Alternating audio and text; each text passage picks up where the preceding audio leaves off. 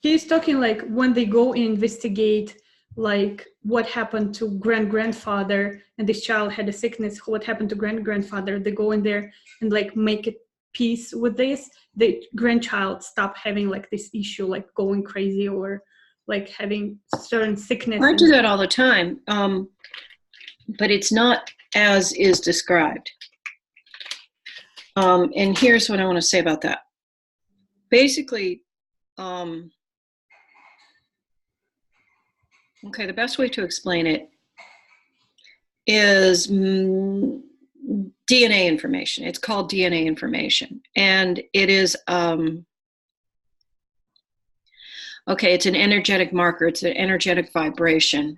And the energetic vibration is in discord with the human that carries it. And it can be created on the genetic line. It never happens under like soul contracts.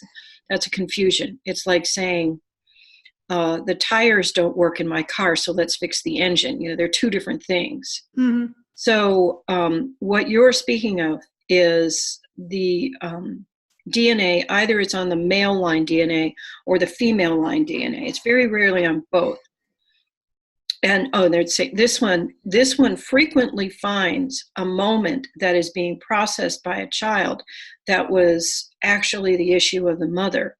But occasionally it goes down several generations. The farthest that this one has ever seen has been 26 generations. I remember that. It can go back that far. That's usually on the female line, on the mitochondrial line, because the female has more influence over the baby as she carries it within her body. So she has more opportunity to indoctrinate, impregnate that child with her vibrational issues. Sometimes it is exhibited as a behavior quirk simply because it is passed down through parenting, because you learn how to parent from your parents, who learned how to parent from their parents, who learned how to parent for their parents.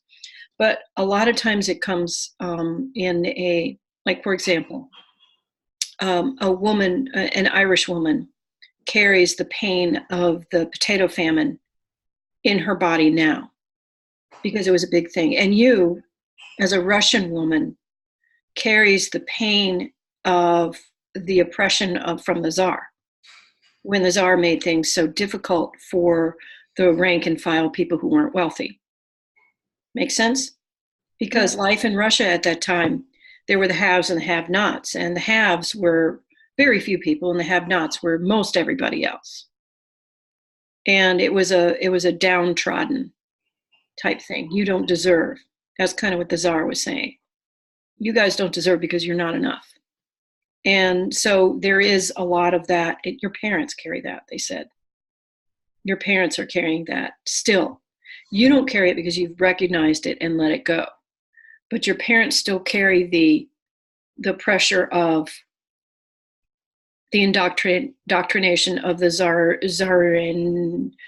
Tsar system, which had been going on for, 800 years or something, wasn't it?